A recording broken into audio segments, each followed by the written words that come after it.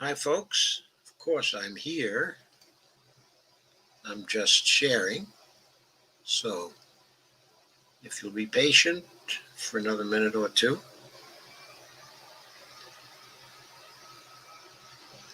I will greet you all properly.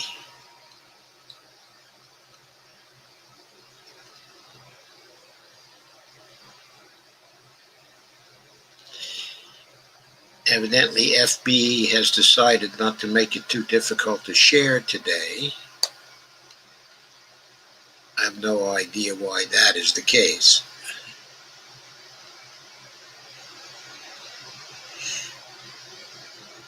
But I thank the FB gods for small favors.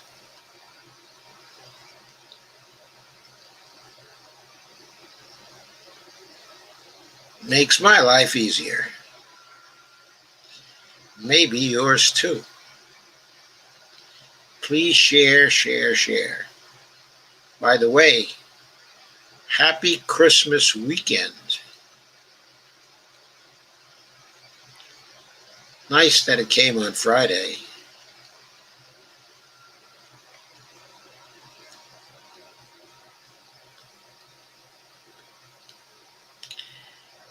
I still share to Bernie-crats and patriots for Shahed Buttar versus Pelosi for Congress, even though Shahed fell short, unfortunately.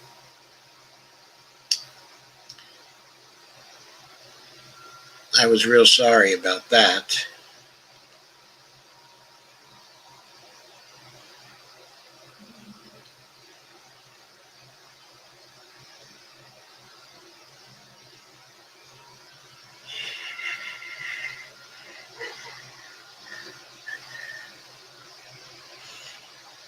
Well, Bonnie's sort of giggling a bit, so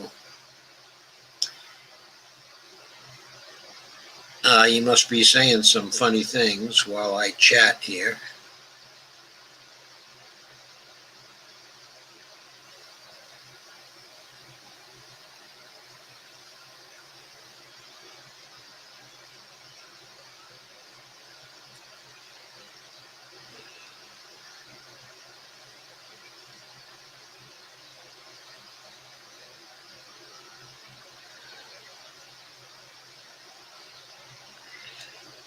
Okay, I think I'm going to leave the rest of the sharing to you.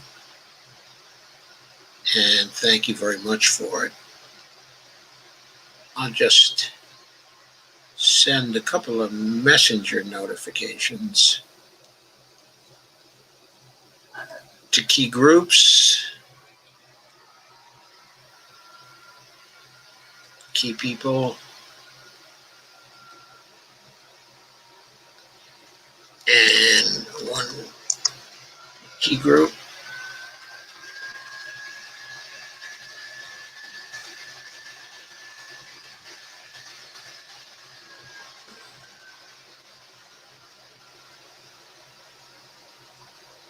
And that's it. I think I'm just about ready to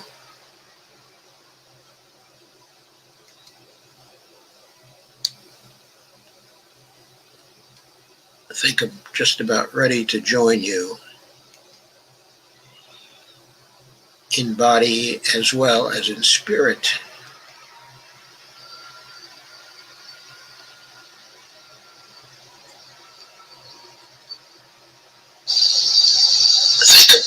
As well as in spirit.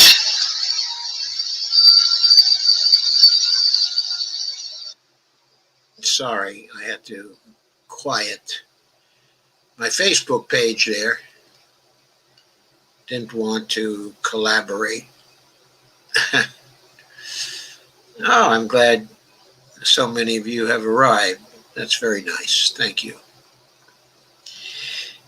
And Kay says, hi, all glad to see you. Greg says, good evening, Joe and friends. Hi, Greg. And Deborah said, more aggrandizing over what the weekend at Biden's won't allow. I've never been at weekend at Biden's. What doesn't it allow? Dolores says, hi, all. Greg says, sharing now, Joe. Thank you, Greg. How did your Christmas go? Well, wonderfully. We spent a very quiet Christmas by ourselves, of course. Being as aged as we are, it's just best to stay, okay, in our apartment. Hey, old gringo. Yes, I am Joe Firestone from the old days. I've occasionally been meeting up with old gringo since must be 2009. It's been a while. But anyway, yeah, we had a very nice time together yesterday.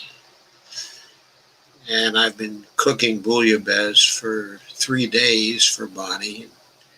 We both love that, so that's made the days really nice, and we got ourselves a good bottle of wine. We've managed the science of finding some good wines at very low prices. We don't drink really too much anymore, so one good bottle of wine will last us for 2 days at least. Jim says, working on my next move to push Biden to the left. I am sure I won't. A waste of time. If you want to push Biden to the left, push the House to the left. If you want to push the House to the left, hashtag Replace Pelosi. Go to Twitter. Follow hashtag Replace Pelosi. We've got a big effort going on there now. It's been going on for days, and we're putting it together. Old Gringo says, Merry Christmas, everyone, and Happy Hanukkah. Happy Hanukkah indeed. Thank you, old Gringo. Jim Bird says, be a waste. Old Gringo says, I'm at work, so I'll just be listening from here on out. Okay, old Gringo. I guess you've come around because you're probably not on Facebook, right? And recently I've been streaming to YouTube as well as Facebook all at once.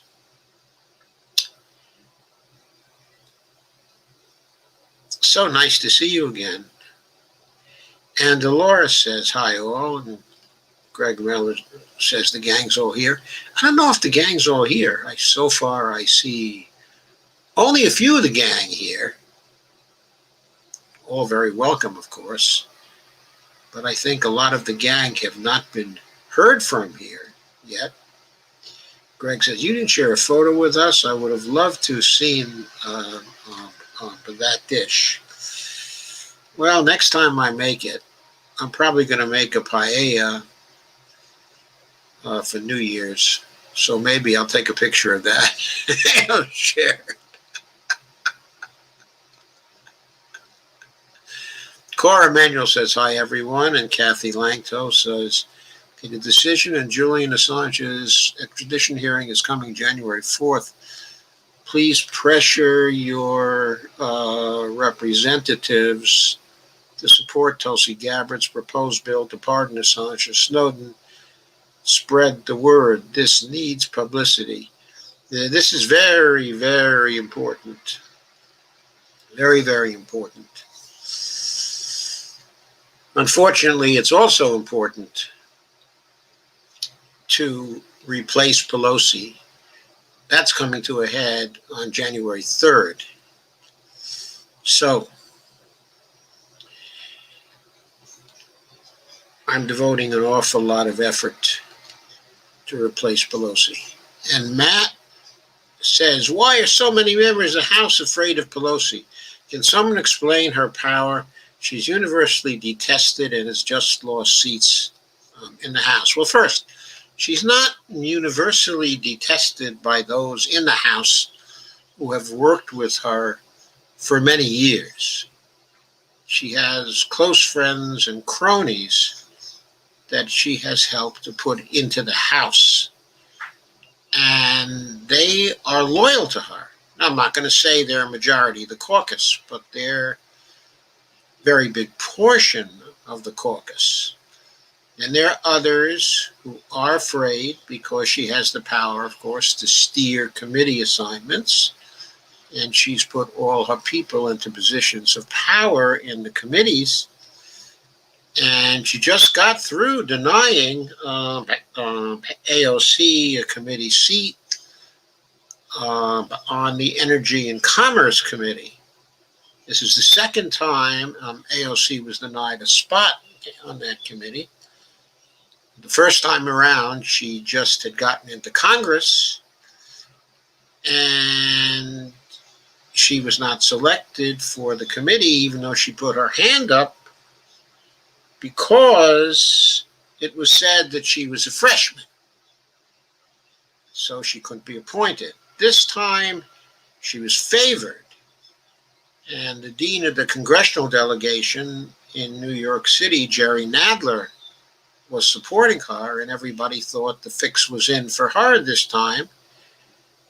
But Nancy Pelosi would not have it, and she engineered the election by Kathleen Rice to take over the open seat on that particular committee.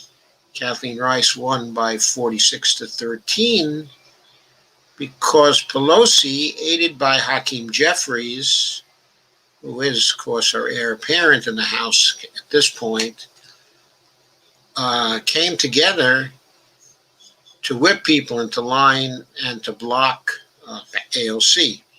So she lost that, and Sylvia Garcia also lost a spot. I think it was on the Financial Services Committee, because Pelosi didn't want a progressive like her on that particular committee. So Pelosi has power. When people don't get the committee assignments that are vital to them, they don't get to have an influence on whether things get done for their constituents.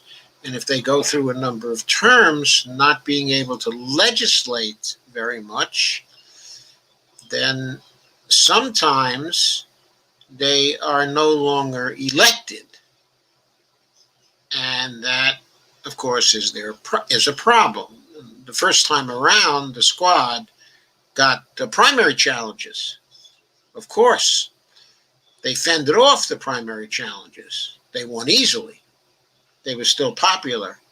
But what happens after their second term in Congress, or after their third term in Congress, okay, and they want to run again, and they still can't point to any legislation that's significant that they had a part in, Matt. And there's a problem. Now, I'm not defending the House here, as I'll get into in just a minute, but defending the squad, actually. I'm involved in a campaign, the Replace Pelosi campaign, that is hashtag Replace Pelosi, that's running on Twitter now, trying to get the squad to band together, because the 8 of them have the votes to absolutely block her for the speakership, and she won't be able to do anything about it. They have the 8 votes. If they all vote against her, vote for some third party, then what will happen is that she won't get beyond 214 votes, and she needs to be at 218 votes if 435 votes are cast for speaker. So her being locked in at most at 214 votes, and maybe she'll get less than that. It was reported today that 3 of the right-wing Dems, Connor Lamb, Melissa Slotkin, and I forget who the third person was, are intending to vote against her for speaker, which if the 8 squad members were to band together too, that would be 11 votes against her for speaker. then she probably wouldn't even get as many votes as Kevin McCarthy for Speaker. But of course, he would not win either because there would not be a majority for either one. But that would be very interesting if that was to happen. But as I say, the squad has the absolute power to block Pelosi if they stand together and they do not break. And my view is after 3 to 5 ballots that she will, at that point, withdraw and give someone else a chance. Barbara Reed says, from Barbara Reed, I'm here. Hi, Barbara Reed. Merry Christmas weekend. Merry holiday weekend. Greg Mallet says, message me the recipe soon. I'd love to make it. Okay, it varies a little. I varied it. The seafood in it can vary. I normally use cod, shrimp, okay, and salmon in it. This time it was a special occasion, so I used cod, shrimp,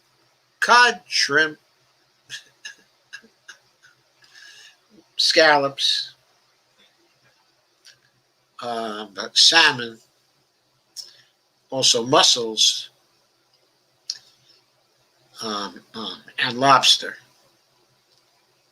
Evelina says, yes, paella, a colorful dish. And Greg Mallard says, she should have been voted out ages ago. Let's make it happen in 2022. No, Greg, let's make it happen now.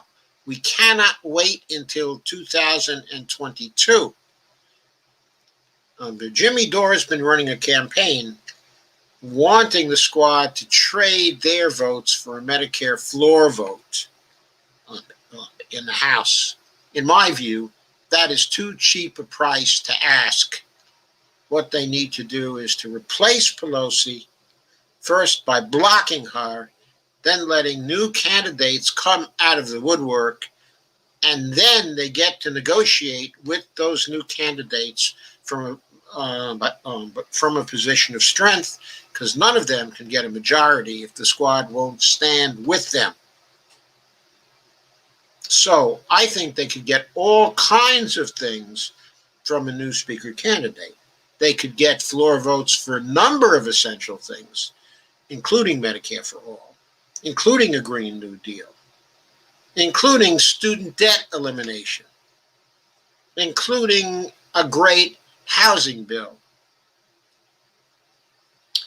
including free college. But they could also get rules changes, very important, like getting rid of pay-go, and like creating a rule to make it easier for floor votes to happen. For example, requiring 10 co-sponsors for a bill in order to get a floor vote. A lot of people would be happy with that. People on the right would be happy with that. People on the left would be happy with that. People in the center of the caucus would be happy with that when they get a good idea. Might have been a lot easier for Tulsi Gabbard to get some of her bills on the floor if they only required 10 co-sponsors. So put in a rule like that and you get good stuff. Finally, they would get committee assignments and better perks. All of that would be available to them if they replace Pelosi now. They can't, after all, retire her.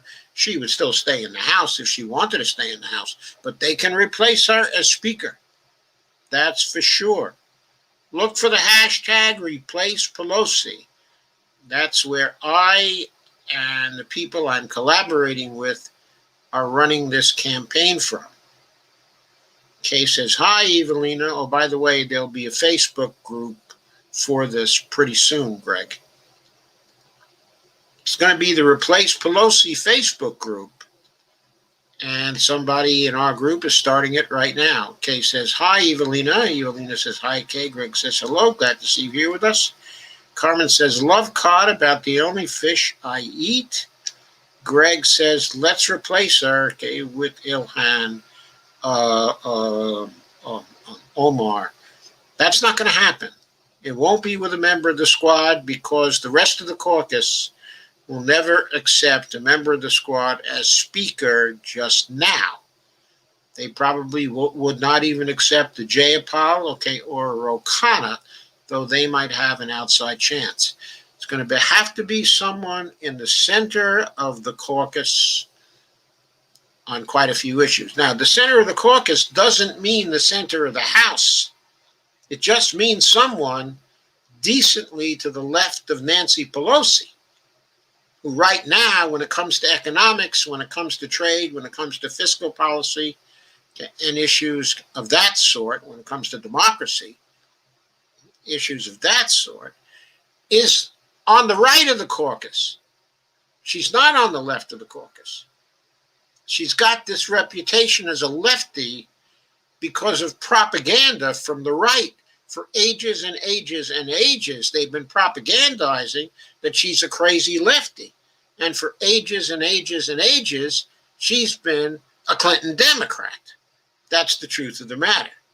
Matt says, any thoughts about why such a tepid request from Dorr asking for fluoride caused such a bizarre amount of ad hominem attacks and excuses for inaction from the left? Oh, jeez. I don't know. Maybe because he went after the squad in terms of attacking them. We're not personally attacking the squad. We're not saying the squad is selling out. The case we're trying to make to the squad is that the rewards available, if they go this way, are commensurate with the risks they would be taking.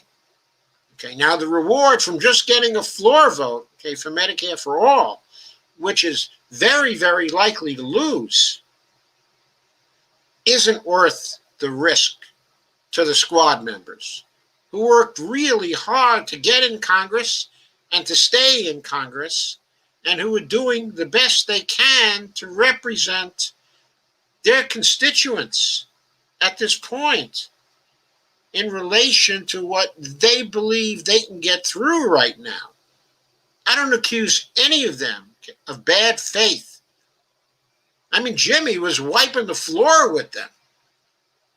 And then those who support Jimmy were wiping the floor with them. And then those who support the squad were fighting. So the great big conflict is being caused, dividing the left, when this should not be going on. What should be going on is an approach showing the squad that it's good for them to stick their feet in the ground and make it impossible for Pelosi to win the speakership. They can do it, and they can get benefits from it.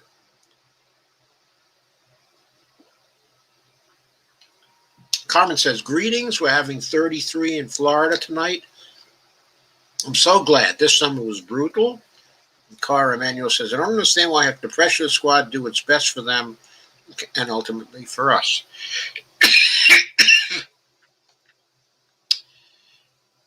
Look, people have differences in perception. The squad are in Congress now. They're in Congress now. And they have to cope with the internal situation in Congress. And they tend to get absorbed by that. They want to serve their constituents. That's for sure. And they're trying to do the best they can. But at the same time,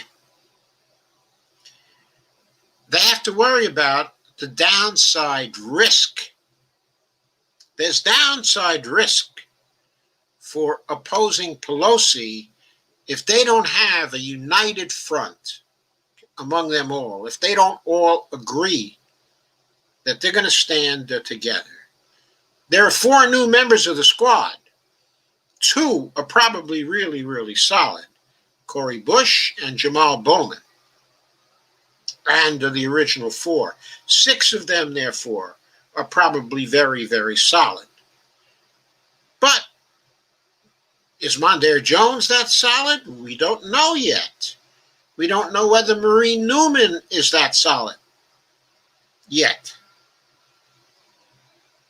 Maybe they haven't been able to have discussions among them all yet.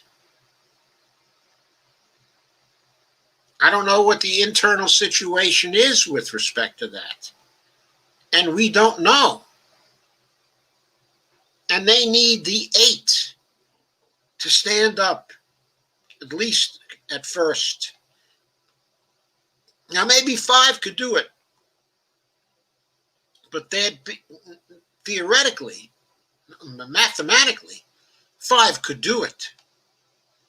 But it would be much more comfortable to have 8 standing together. So, it's a complex calculation. It's not so easy. Maybe the case had to be made to them that the rewards are worth the risk. I've been trying to make that case. I have a video out which makes that case, which has been making the rounds. I'm looking at it from a purely rational point of view. Here are the risks. Here are the benefits. We in the Replace Pelosi group certainly don't think that a floor vote for Medicare for all is worth all the risks they would take.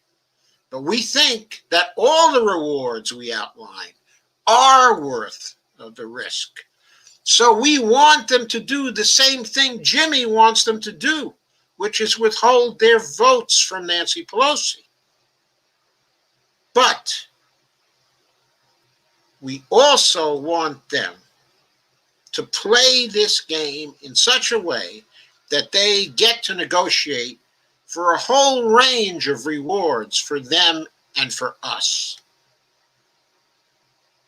We don't think that Jimmy was, well, we think he was asking for the wrong thing, that he was not asking for enough. Okay. On the other hand, certainly grateful to him for starting this conversation and shining so much light on it. That certainly gives us a chance with what we think is a better idea to get to first base in persuading the squad. At least it would give us a better chance if there wasn't so much noise around Jimmy's proposal. Greg says, what about Barbara Lee? But Barbara Lee may have an outside chance because Barbara Lee has been very friendly with Nancy Pelosi for many, many years. And if Pelosi is blocked and Barbara Lee decides she wants to give it a crack, which she may not, she might then go to Nancy Pelosi and say, I'm sorry, Nancy, you don't seem to be able to get a majority of the caucus. Will you trust me to take over, but to make a run for the speakership? And Barbara Lee would, I think that Nancy Pelosi would give her blessing to Barbara Lee. I don't think Barbara Lee would be the only one she would give her blessing to. She might give her blessing to 4 or 5 people. They would have to negotiate with other interests in the party, in the Congress, and with the squad. And they would have to find a way to persuade all of the factions to vote for them because the margins are very small. If we end up with 222 Democrats in the caucus, only 4 would be able to defect because 218 votes may well be necessary. We have to see who shows up on January 3rd. There may be COVID problems. There's word that some of the new congressional people getting elected have some COVID problems. Whether they can be there for the vote or not, I don't know. If they're absent, it will make things difficult. I think they'll make every effort, though, to be there because, of course, some of these people are going to be McCarthy people, but probably some of them are going to be Democrats as well. Barbara says EW. Not sure what EW is, but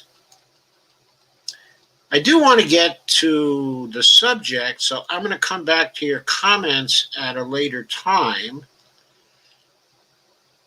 And I'm going to move on to the subjects of the evening, and you can also make some comments on what I've said about the Replace Pelosi campaign.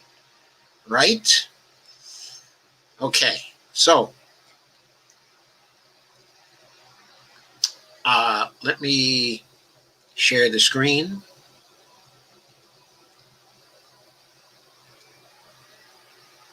And I'll get to an article.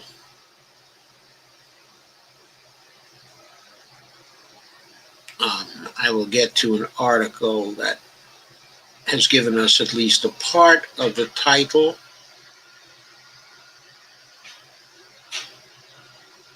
What happened? Did I get rid? I don't think I got rid of the article. Oh, here it is. The title is The Omnibus Oligarchy. And this article gave us part of the title for tonight's stream. It was written by Bonnie Christian. I think that's how you pronounce her name. And there it is, Barney Christian. The Omnibus Oligarchy. Why did she call it that? Well, we'll see in a minute. It was written on December 23rd. Congress is closing out 2020 with another omnibus bill. This one valued north of $2 trillion and including a second, smaller round of pandemic relief checks. And, well, who really knows? It's 5,600 pages long bill. I think actually it's 5,593, but I haven't read it. I'd be surprised if any single person is aware of all its contents. The sort of bill where the public and many members of Congress will still be learning about its contents months hence. And I wager they won't be pleasantly surprised by what they find, because this is the kind of bill where the lobbyists stick in a number of F-bombs in a number of places in this bill. The vast majority of legislatures saw the bill mere hours before they had to vote on it, so they didn't read it. It couldn't be carefully examined by their staffs. So who knows what the lobbyists swung in there, because the lobbyists actually wrote the various segments of the bill. That's what happens in these big omnibus bills. That's one way the oligarchy gets in. The lobbyists funded by the oligarchs get to actually write parts of these bills, which then are kind of aggregated by the people who are managing the bills. In the House, of course, this is Nancy Pelosi's people and the heads of some of the committees, and they aggregate the damn thing. Congress is expected to vote on the second largest bill in U.S. history today, tweeted Representative AOC on Monday. And as of about 1 p.m., members don't even have the legislative text of it yet. So how can they know what they're voting on? That's what the oligarchy does. It disempowers the backbenchers in the Congress. They cannot represent their districts, as they cannot even read the damn bills before they have to vote on them. They have to take other people's word for what's in them. In a quote tweet of the AOC post, Justin Amash, independent of Michigan, who unfortunately is leaving, took the critique a step further. Quote, "We have an oligarchy disguised as a representative democracy," he said. He, by the way, was a right-wing Republican, retiring. Why? because there's no place for him in the Congress. He is a rightist. He has very libertarian views on many things. The Republican Party doesn't really want him. And the Democratic Party doesn't really want him because he's too far over to the right. See, he's subject to the oligarchy too. We have an oligarchy disguised as a representative democracy. He's right. The way omnibus bills move through our Congress and determine so much of federal policy is functionally oligarchic. Our constitutional form of government is not oligarchic, of course. It started off Republican, trended to Democratic over the decades, and has remained ostensibly representative throughout. But insofar as a large portion of substantive lawmaking, i.e. the bills that do real things, not the ones that rename post office, express toothless disapproval of whatever the president is getting up to, increasingly happens through omnibus legislation. Oligarchy is apt. It means rule by a small number of powerful and often, though not necessarily wealthy people. With omnibuses, that's what we have. And more of the bills passed in Congress are these omnibuses bills. Consider how this omnibus bill, like others before it was, why is it that we have these omnibus bills? Why is it? Because the way the parties are organized in the Congress right now, those are oligarchies with the committee heads and the speaker and her team and the committee heads in the Senate controlling their committees with iron hands virtually. The bills have to get through the committees. They never get to the floor for floor votes. So bills to solve specific problems are hardly ever passed. The representatives who want to solve these problems, like, for example, Tulsi Gabbard was one such, she was always coming up with bills to help to solve problems. She could never get those bills onto the floor for a floor vote because the Speaker of the House had no interest in bringing them to the floor for a floor vote. Many of them were excellent bills. The Off Fossil Fuels Act was an excellent bill. Never got to the floor for a vote. Never got to the floor for a vote. There's Jayapal's Medicare for All bill. Got a hearing on one of the committees. Boy, they were celebrating over that hearing. The hearing happened. Everything went very well for Medicare for All during the hearing. Guess what? Got pigeonholed. Never got to the floor. Never got voted on. H.R. 1384, the gold standard on Medicare for All, never got a vote. 119 co-sponsors, more than half of the caucus, never got to the floor. So that's why there are these omnibus bills. At the end, everybody trying to get in what they wanted to do something about in the omnibus bill. Consider how this omnibus bill, like others before it, was developed. It didn't happen the way we're taught in civics classes, where prudent legislators listen to their constituents, then gather to debate and discuss, offer amendments, hash out their differences in committee and on the congressional floor. It happened behind closed doors, negotiated by a small selection of officials from each house of Congress and the White House. Treasury Secretary Mnuchin was involved, as were the majority and minority leaders of both houses. The Democratic whip, Dick Durbin of Illinois, played a role, as did his GOP counterpart, Senator John Thune of South Dakota. Thus, Senator Pat Toomey, Senator Pat Toomey sits on the COVID-19 Congressional Oversight Commission. No doubt, other members had input via their committee assignments on some portion of the bills. Congrats, I guess, if you happen to live in a state or a district with the person supposedly representing you, you got 15 minutes at the omnibus oligarchs table. All told, it's glaringly evident that the executive branch plays a pseudo-legislative part while a mere fraction of our actual legislators have any significant say. And by the way, when this happens, how does that relate to the oligarchs outside of the Congress?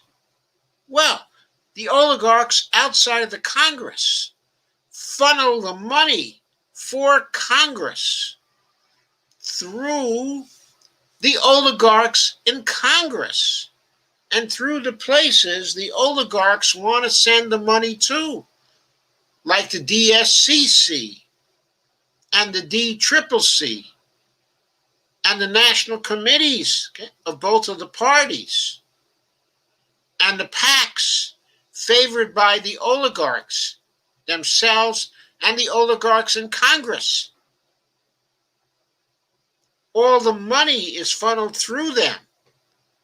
And as we know, the money has a great impact on most of the people running for the Congress, whether they're new people or whether they're incumbents. Relatively few are turning down corporate money and PAC money. Not even somebody like Katie Porter. She takes a little corporate money. There are very few who don't take any right now.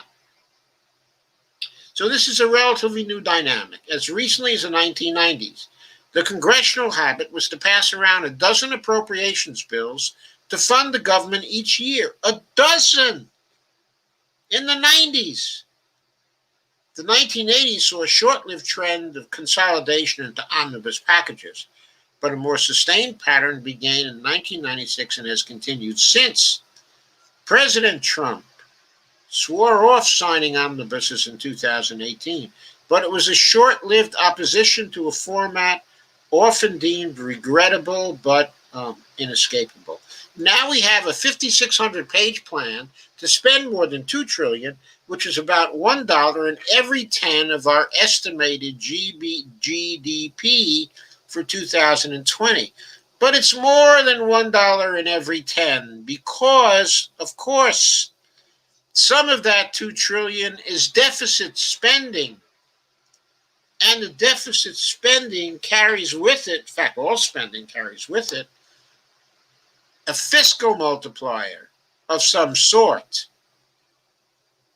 How that multiplier plays out depending on where taxes fall in the economy and how much of that money is recaptured through destruction by government taxation. But the part that remains undestroyed has a fiscal multiplier. And the multiplier itself, if let's say right now there's a deficit of what? It's more than $2 trillion. It's $2, $3.5 trillion right now.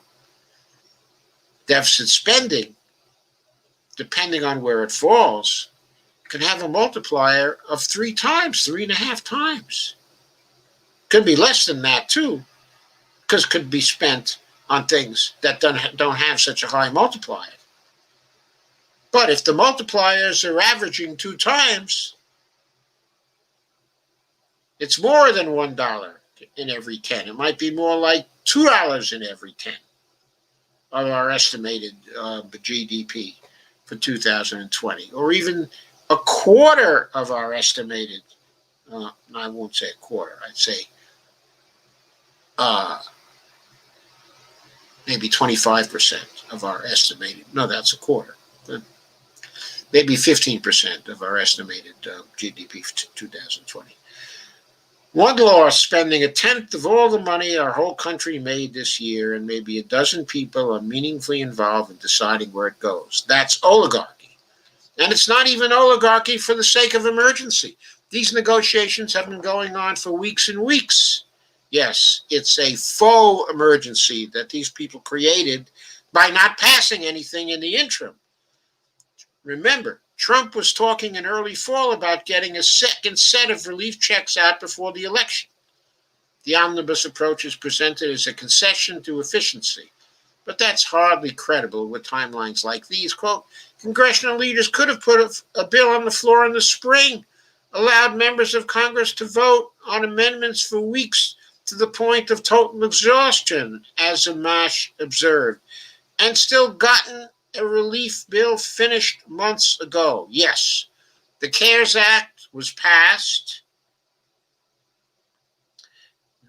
on March 23rd, and Pelosi had a new bill ready by May. Passed the new bill by the end of May. That could have been put on the floor of the Senate. Members could have been allowed to vote on amendments for weeks, come back, to Pelosi in the House with some kind of compromise bill. They could have gotten a new relief bill finished by the beginning of July. They didn't. Instead, they went home for the summer. How many weeks did Congress spend in the summer not even being in session? Instead, as he added, there were no amendment votes for this bill.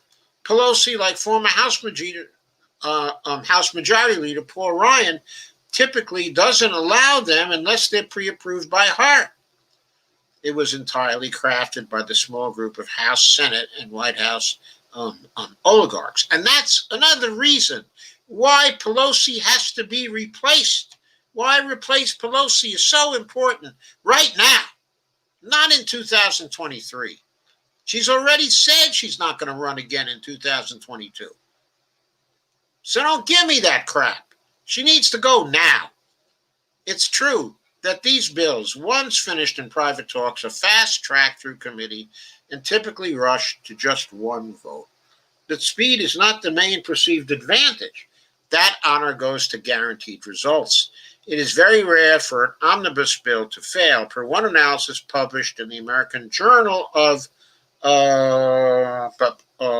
Political Science, the AJPS, more than 98% of omnibus bills become law.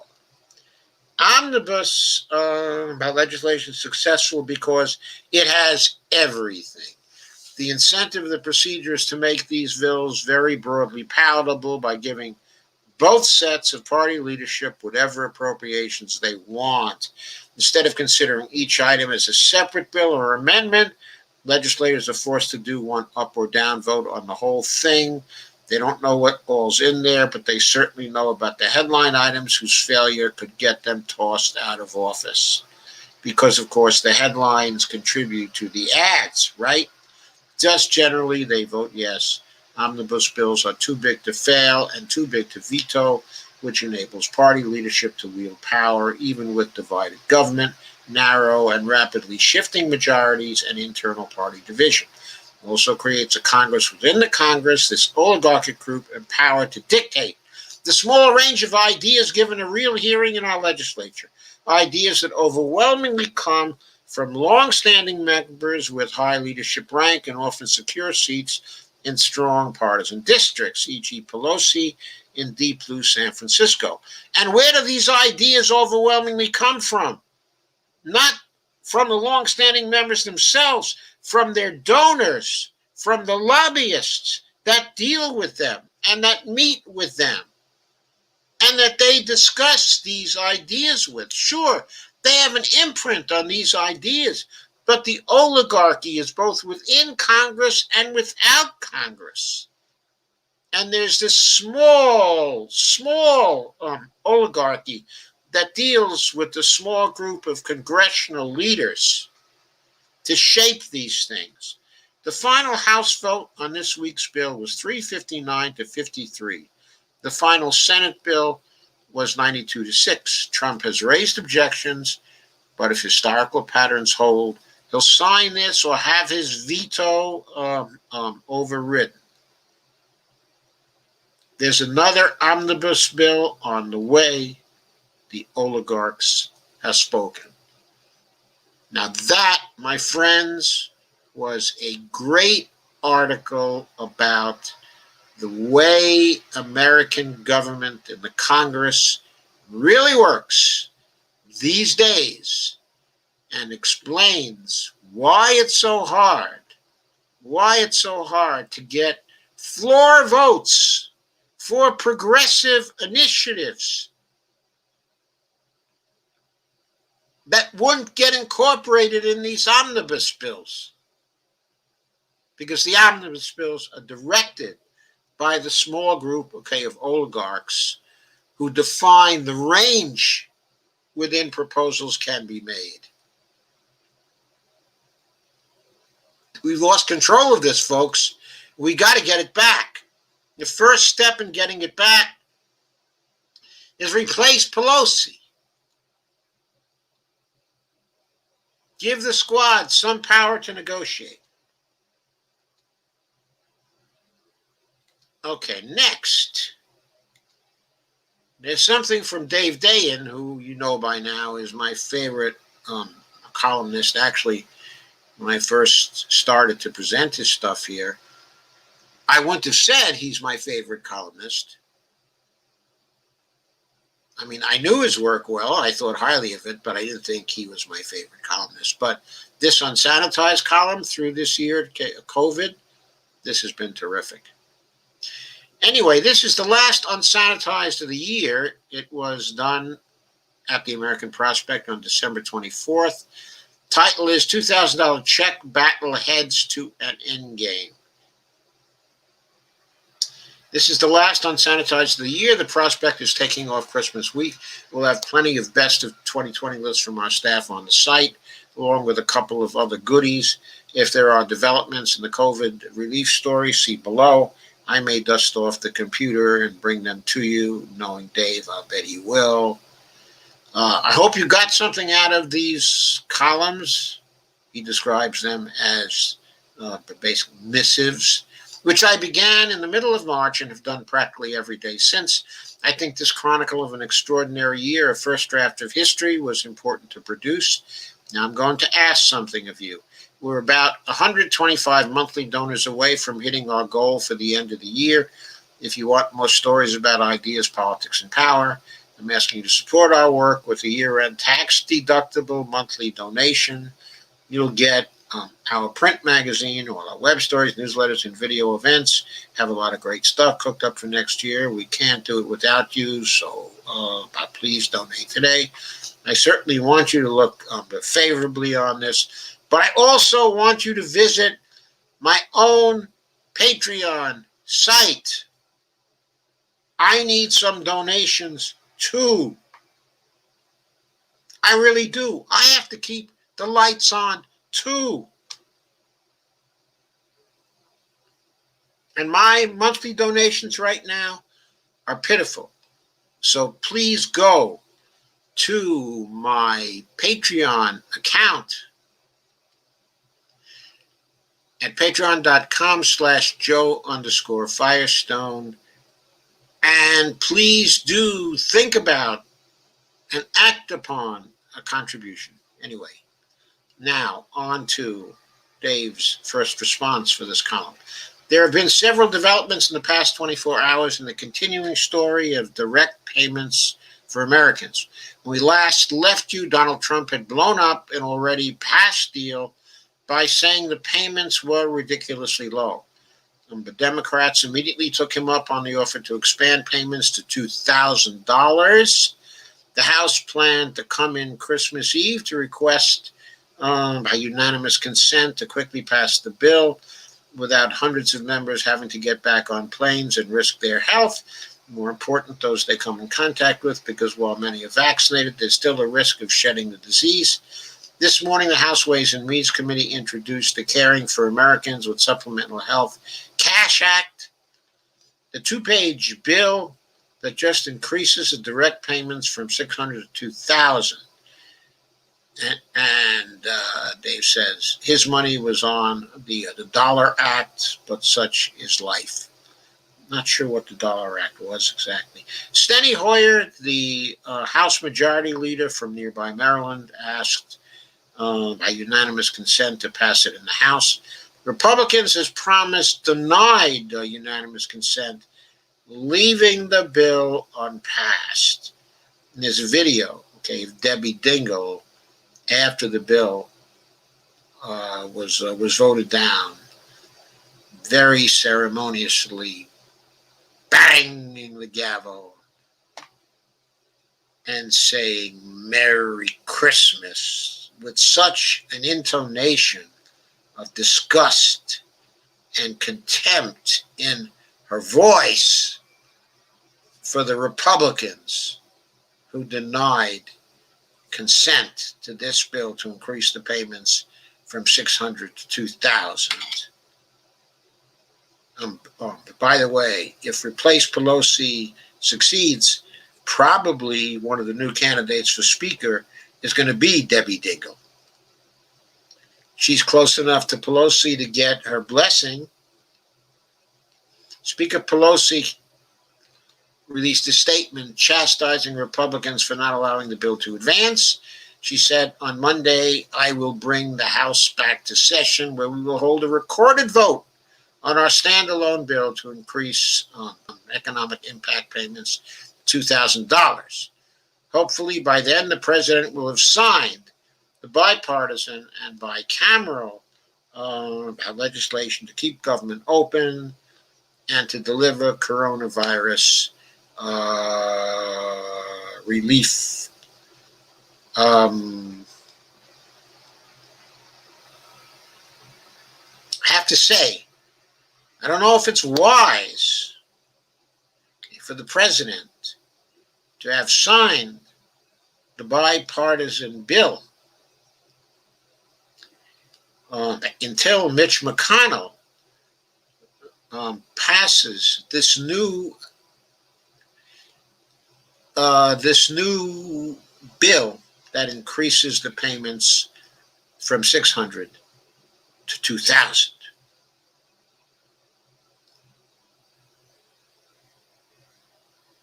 The reason why it might not be wise to sign it is because you can hold it over Mitch's head.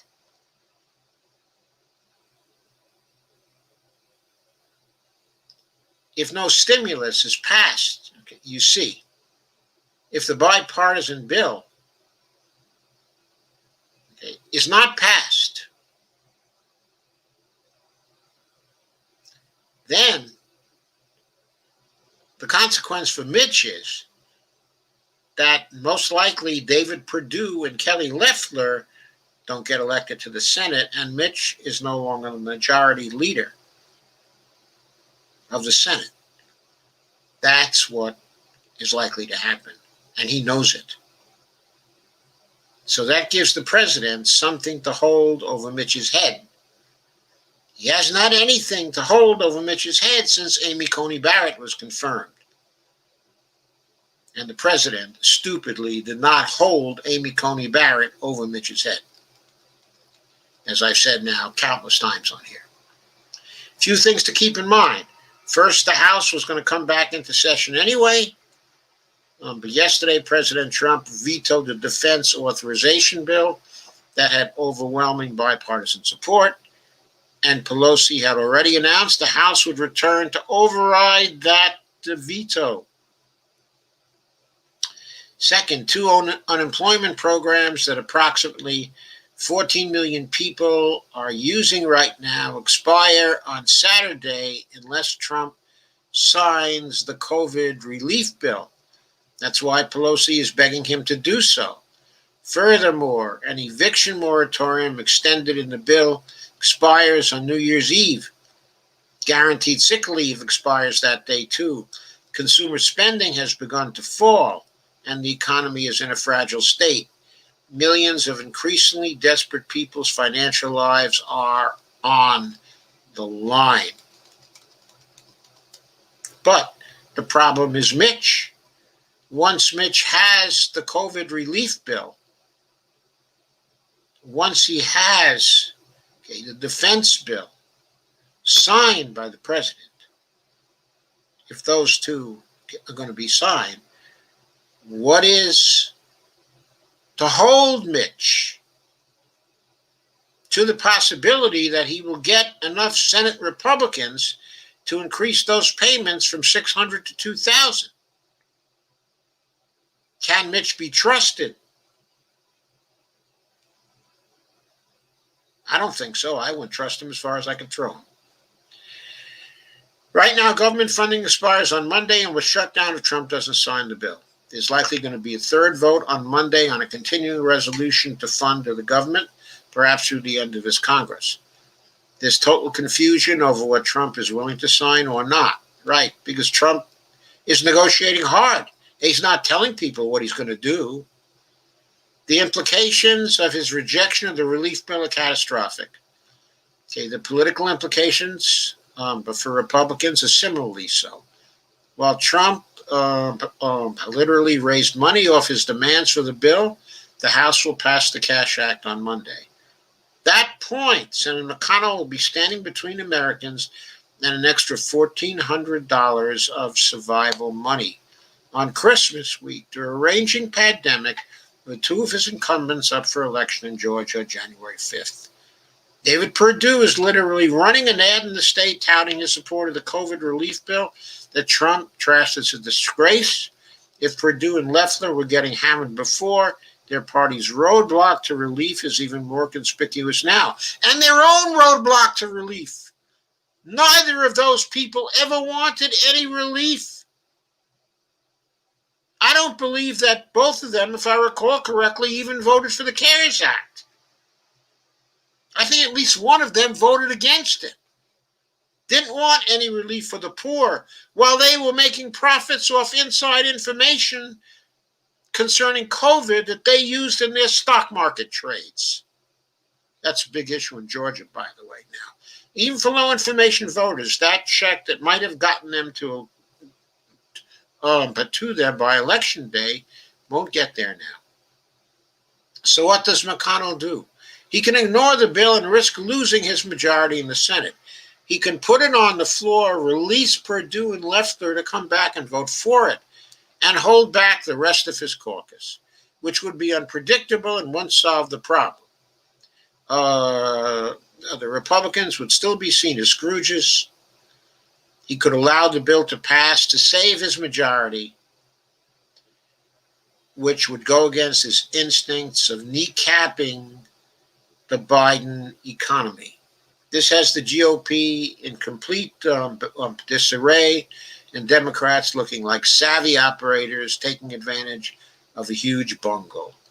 It's hard to process. Okay, I'm not going to go through what he had there on the vaccine. I'll leave it to you to read about that because I am behind in the things I wanted to get through tonight due to my talking about the Replace Pelosi effort on Twitter. So, next, a short column from the week on senators prepared to override Trump's potential stimulus veto as Democrats push additional payments. And who is this? Wrote this one? I think this was the week's staff. I don't think it's attributable to any one person.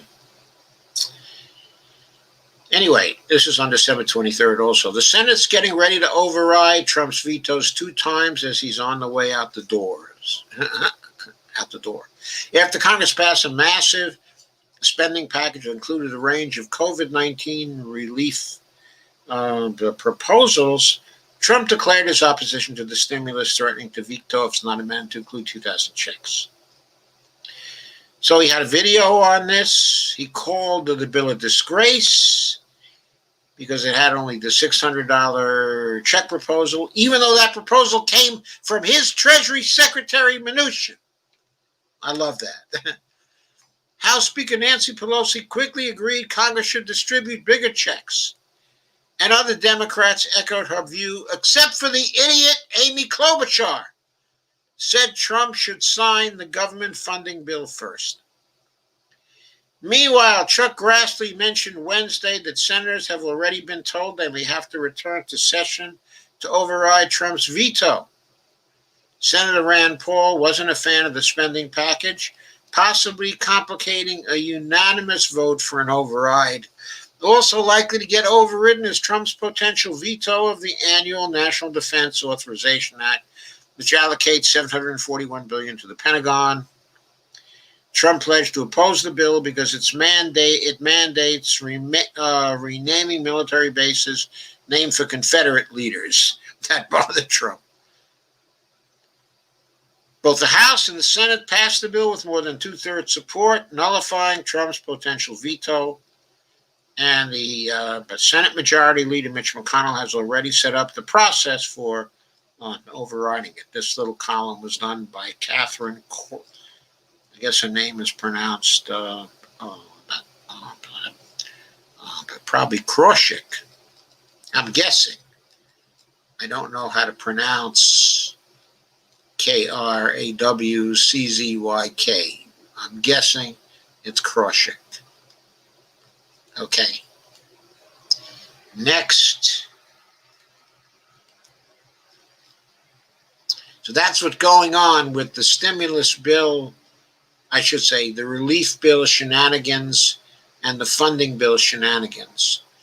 Those two pieces cover it quite adequately, I think.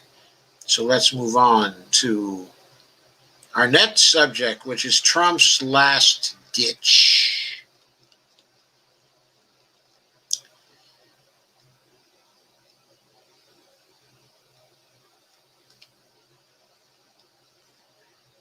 So Bill Blum, writing for the Independent Media Institute,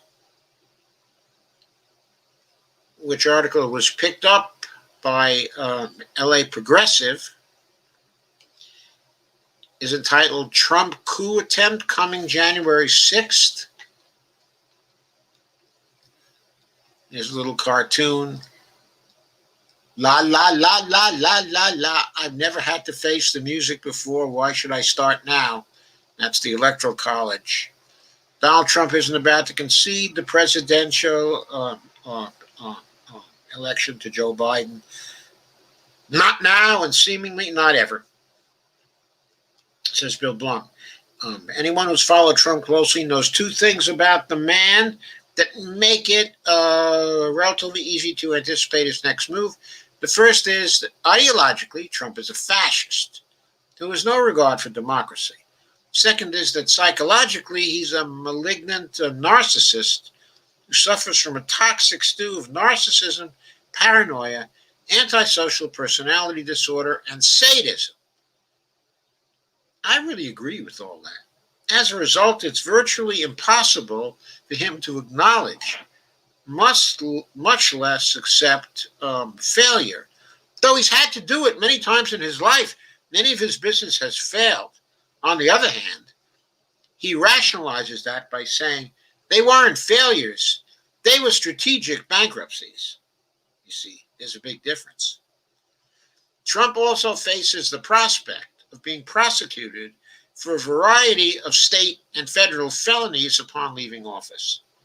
And while he can avoid federal jeopardy with a pardon, to do so, he would either have to resign and permit Mike Pence as his successor for the duration of the lame duck period, to do the honors, or undertake the legally dubious step of issuing a pardon to himself. Even then, he would remain exposed to the ongoing probe conducted by Manhattan District Attorney Cyrus Vance into allegations of tax, business, and insurance fraud under New York law. And as a fascist and a malignant narcissist who faces jail, stave off defeat, having lost both the popular vote and, more importantly, the tally in the Electoral College, and after being rebuked by numerous state and federal courts, including the Supreme Court, Trump is moving to his next option, staging what would amount to a coup d'etat involving the complex provisions of the 12th Amendment when Congress meets in a joint session on January 6th to confirm the winner of the presidential race. That there will be an attempted coup is no longer a matter of speculation. In an appearance on Fox and Friends, quote unquote, on December 14th, Stephen Miller, perhaps the most deranged and malevolent of Trump's senior advisors, openly declared the administration's plan to overturn the election results in the upcoming joint session. But now, a gambit under the 12th Amendment is a long shot, to be sure. But so was Trump's initial presidential bid back when he descended the escalator at Trump Tower in 2015 to announce his first campaign and stigmatized undocumented Mexican migrants as the rapists, quote unquote, and drug traffickers. It behooves us then to take Trump and Miller seriously. Ratified in 1804 in the aftermath of the hotly disputed election of 1800, which ultimately seated Thomas Jefferson as the nation's third president. The 12th Amendment modified the procedures that govern the Electoral College, while the 12th Amendment itself was modified by the 20th Amendment, which moved up the presidential inauguration from March to January 20th. Its basic provisions remain intact. Of particular relevance to the machinations of Trump, the 12th Amendment stipulates that after the electors of the various states, there are 538 of them today, cast and certify their votes for president and vice president, their ballots are transmitted to the president of the Senate. Under the Constitution, the president of the Senate is the vice president, currently Pence. President of the Senate's role thereafter is ministerial and mandatory. Under the terms of the amendment, the president of the Senate shall, quote unquote, in the joint session, quote, open all the certificates and the vote shall then be counted. The person having the greatest number of votes for president shall be the president, unquote, provided, and this is the key to appreciating the impending coup, that such person receives a majority of the electoral votes. But what happens if the Electoral College vote count is disputed? To understand what occurs then, we have to toggle back and forth between the 12th Amendment and a statute passed by Congress more than 130 years ago, the Electoral Count Act, ECA, of 1887. Under the ECA, if a single member of both the House and Senate signs and submits a challenge to any state's electoral vote, the joint session must immediately go into recess to allow each chamber to meet separately and debate the merits of the objections. To be sustained, objections require the support of a majority of the members of each chamber. Absent a majority, the objections fail. It is all but certain that when the joint session convenes on January 6th, objections to the electoral votes cast in the swing states of Arizona, Nevada, Georgia, Wisconsin, Michigan, and Pennsylvania indeed will be lodged. Republican Representative Mo Brooks of Alabama, one of the zaniest of the GOP's bloated stable of right-wing fanatics, has announced he will file an objection. Alabama Republican Senator-elect Tommy Tuberville, the thick-headed former college football coach, has suggested he will join Brooks. In a drama not seen in this country since the election of 1876, when alternate slates of electors were sent to the Senate on behalf of Democrat Samuel Tilden and Republican Rutherford B. Hayes, the eventual winner, will then ensue. In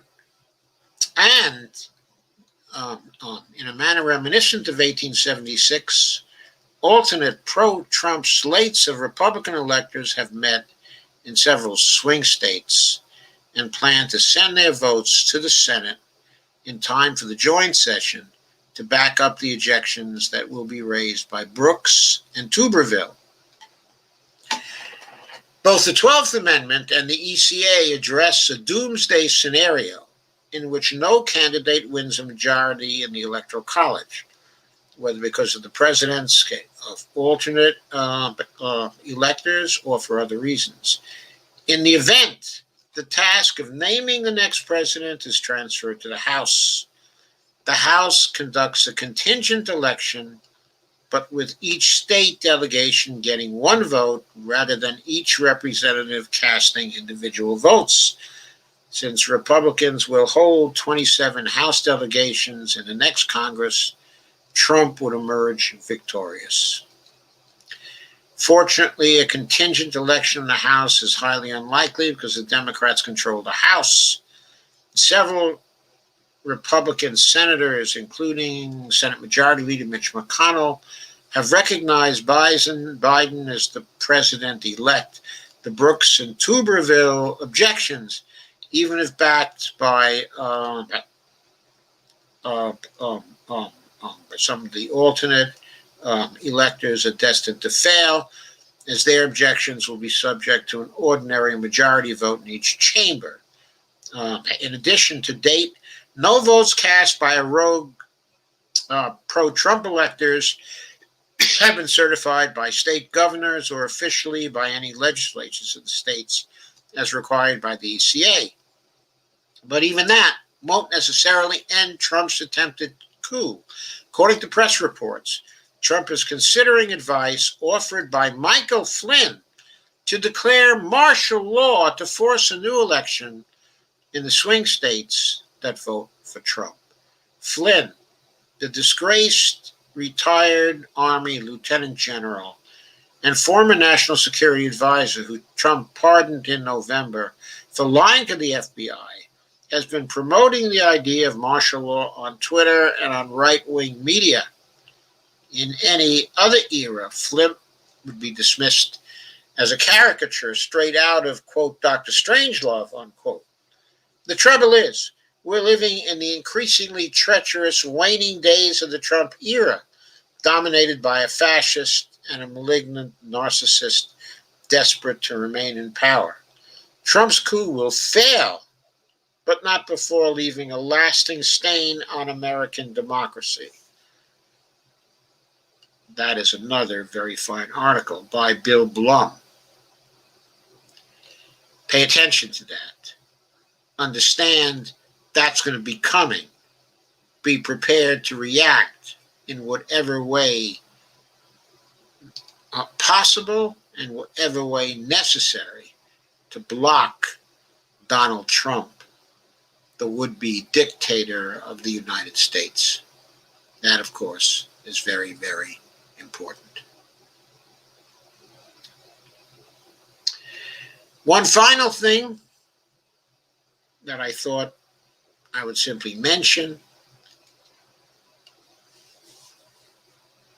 because it's important, and I didn't think it would take very much time, but just to call your attention to it.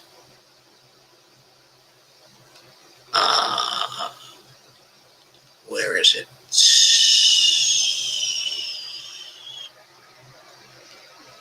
It's here.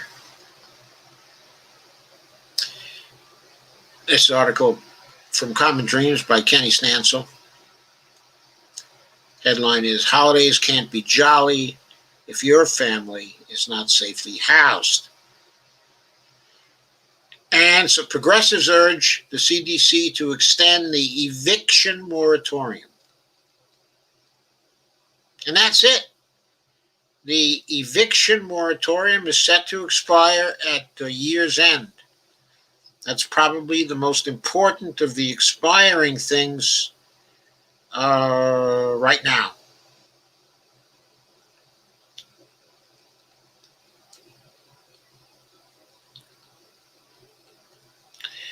There's nothing in the $900 billion aid package that includes an extension of the eviction moratorium. Oh, I'm sorry. So that bill includes an extension of the eviction moratorium through January 31st, as well as actually providing $25 billion in emergency rental assistance, if the bill is passed. But if it's not passed, then the eviction moratorium ends on December 31st. Okay, I believe. And millions could be turned out of their homes.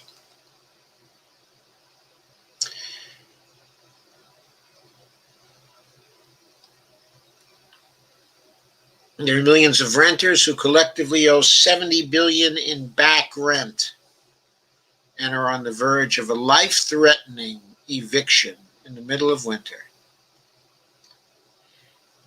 And they'll get no help from the federal government and will be stripped of their tenant protections on New Year's Eve, December 31st.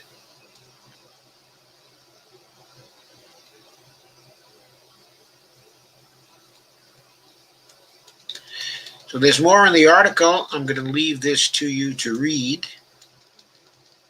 But the important thing is that there's a letter into the CDC director to get the CDC to put through an extension of the federal eviction moratorium that was issued in September by the CDC. The CDC could extend, its moratorium. That wouldn't even involve action by Trump. So let's hope the CDC steps up, and does it. I suspect but they will, and that Redfield will. But it's so important that he does that, at this point. So I wanted you to note that and to do whatever you can to get the moratorium extended. I'm now going to turn back to your comments. Going from the comment by Barbara Wernig, I should say. Sorry, Barbara. At 9:23 p.m., she said, EW. And Carmen Munez said, establishment Democrats are a hindrance. Evelina Pont says, Dora dissed AOC loudly. It was a turnoff. Carmen Munez says, but they are a blockage. Well, I have to say, AOC dissed Dora also, because she wasn't completely honest with him. She was not completely honest with him. She debated with him, and she tried to play him for a fool. And he wasn't having any.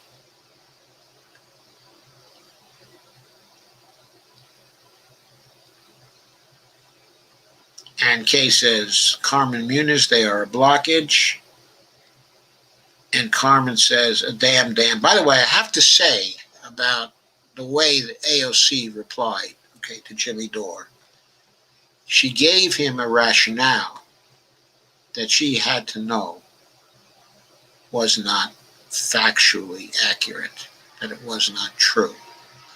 So she has, I've noticed her doing this on a few occasions now, trying to put off uncomfortable questions with rationalizations that are not actually factual.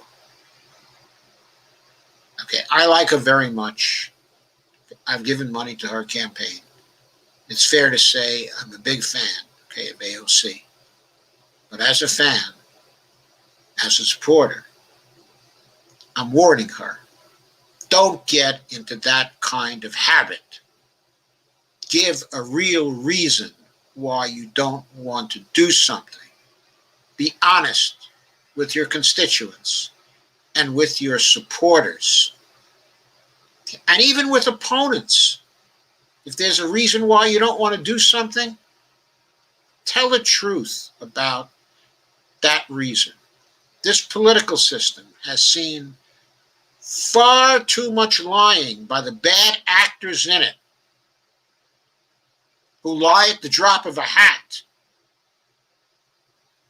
We do not need a paragon of the progressive movement to add to the dishonesty at this point. Evelina says, they need to know we have their back. This is why the push, I believe. We have their back. We do have their back. But that doesn't mean we shouldn't be calling on them to do things or giving our own point of view about what they should be doing. Having their back doesn't mean tendering them uncritical evaluation or uncritical support. They can't expect that from us because they're never going to get it from us. If we give them that, we sell ourselves out.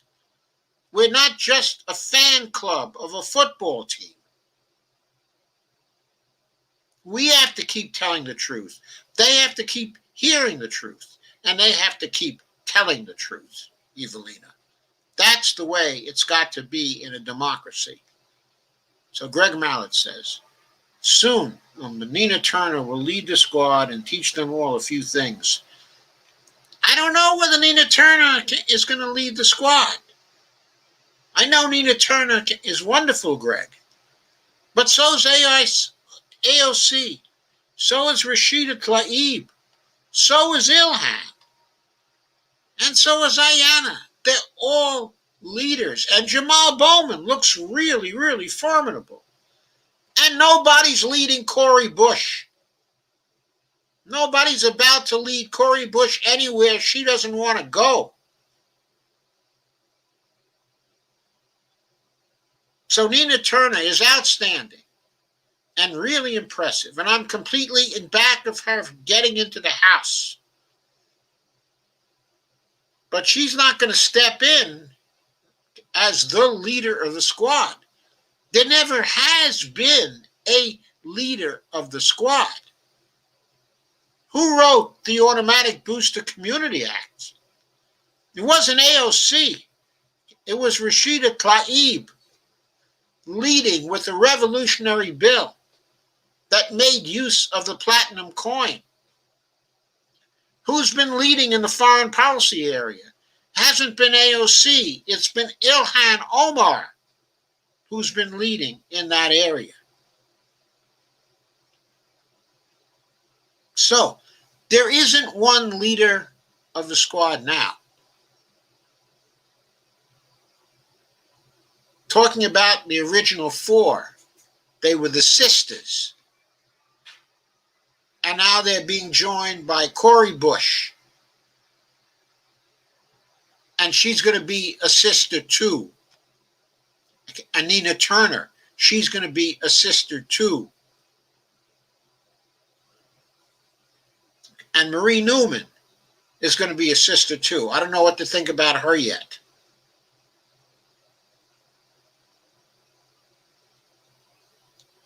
But I think that's the way it's going to be.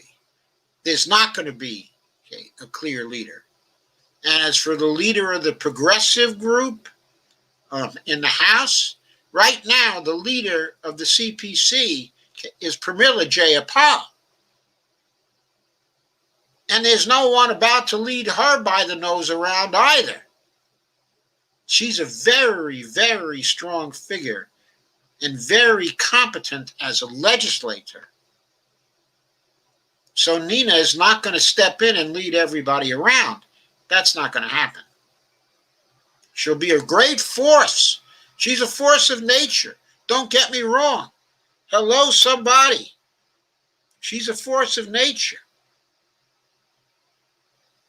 I couldn't be entranced by her more. But we've got a lot of good leaders coming up in the Progressive Caucus right now, including the squad. A lot of people are going to have something to say.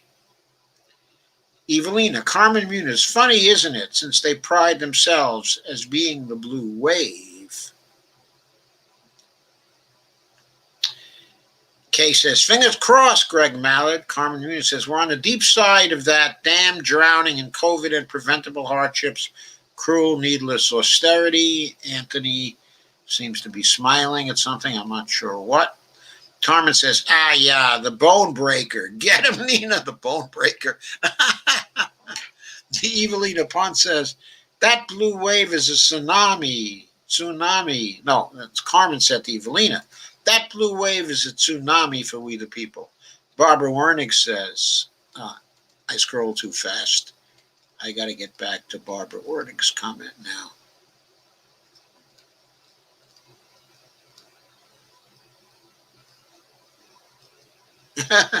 Debbie Dinglebells.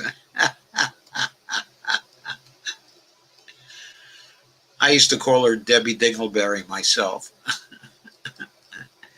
Can't help it. It just, I used to call John Dingleberry too.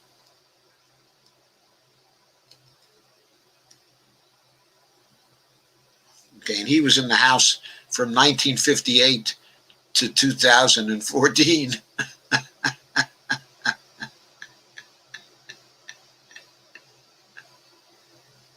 56 years in the House.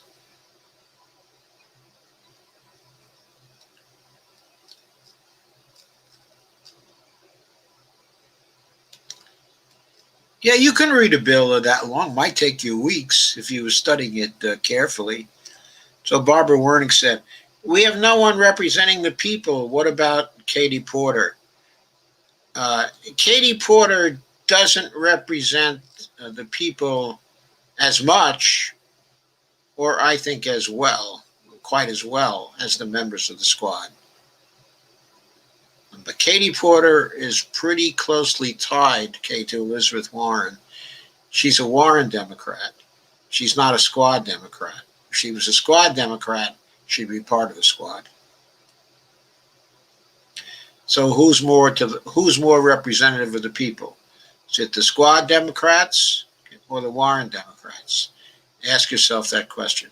Katie's great at questioning people, and she's great at wanting to have a clean financial system, and she's great at holding people accountable in question periods, and she's great at studying the bills. But there are a lot of other issues aside from just the issues she specializes in. Foreign policy issues. There are military-industrial complex issues. Kay says, there was an economist on Democracy Now! Today saying we need to get rid of austerity for the good of the country. And who was that economist? Kay, we got to know. Greg says, but Nina Turner needs Stephanie Kelton on her economics team. Well, Stephanie Kelton is on her economics team. All Nina has to do is pick up the phone and call Stephanie. I'm sure by now she knows Stephanie very well. Carmen says the one savvy and courageous enough to stand up to McConnell is who is needed. Establishment Democrats ain't the ones because they haven't shown much grit for too many moons to count. Yeah, that's another reason why we need a new speaker, why we need Replace Pelosi. Evelina says, but of course, more economists are speaking out still on the other side. It is mute ears. That's true. Greg says, nobody can read a bill that long. Why make them into so many pages and complicate things? Because the oligarchs can control things that way. That is what they did with the Affordable Care Act. 2,300 pages, finally at the end, 2,300 pages. Do you know how long John Conyers' Medicare for All bill, H.R. 676, was then? In 2009, 2010, the bill they did not want to pass, that they tabled, that they lost, that was a 35-page bill. And any person of reasonable intelligence could fully understand it. And it was worlds better than the 2,300-page piece of shit they passed. Carmen Muniz. Why do they have these bills? So the lobbyists can put things in that nobody knows are in there, that they can use for their own profit, for the profit of the people who pay them. Carmen says, 5,600 pages. Well, you know, Cheeto Tweeto damn sure hasn't read it. He wouldn't read a bill that was 10-page long. Carmen says that's precisely the purpose. Evelina says that many pages to hide not minor details, big white elephants. That's right, Evelina. Those bills need to be on Audible, and the politicians in public can listen to it at their leisure. They don't have time for leisure, Evelina thinks so. People would fall asleep, sleepless as they are already. Okay, and Greg says, quote, he quotes Jimmy Carter, America is an oligarchy with unlimited political bribery, unquote. Jimmy's right. Of course Jimmy's right. In fact, I think I said something like that even before Jimmy. I'm going to pat myself on the back soon. I've been talking oligarchy since 2010. I don't even think Bernie was talking about it back then. Seriously, I wrote a piece in 2010 talking about oligarchy.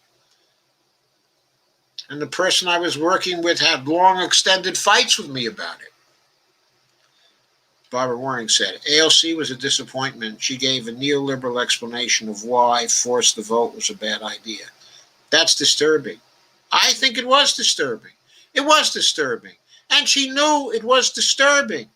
If people accepted that kind of explanation of why they should be voting for Joe Crowley when she ran against him in her first race in the primary, if people accepted that kind of explanation, she never would have become a congressperson in the first place.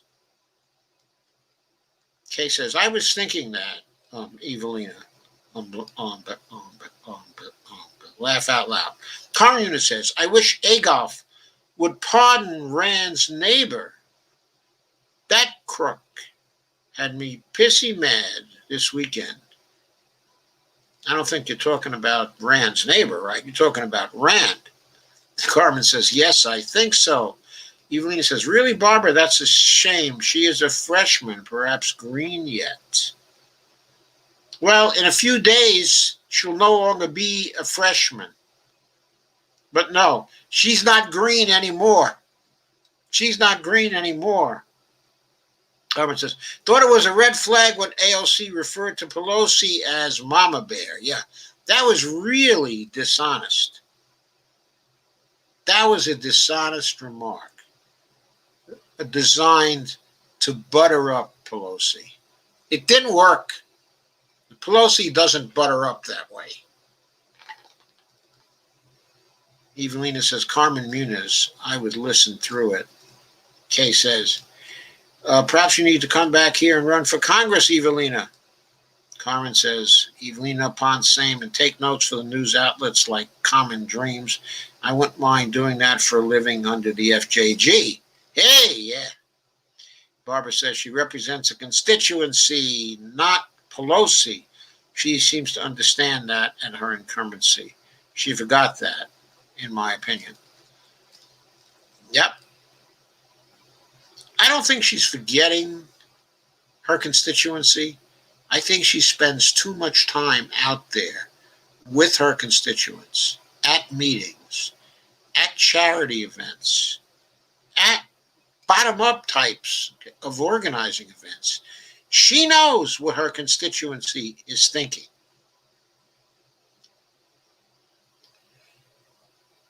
Evelina says, Carmen Muniz, laugh out loud. McConnell would be Papa Bear. McConnell is not Papa Bear. He is the old Grinch who stole Christmas. Carmen Muniz says, Evelina Pont agreed times a million. Kay said, but Jimmy Carter said we are an oligarchy a few years ago in Tom Hartman.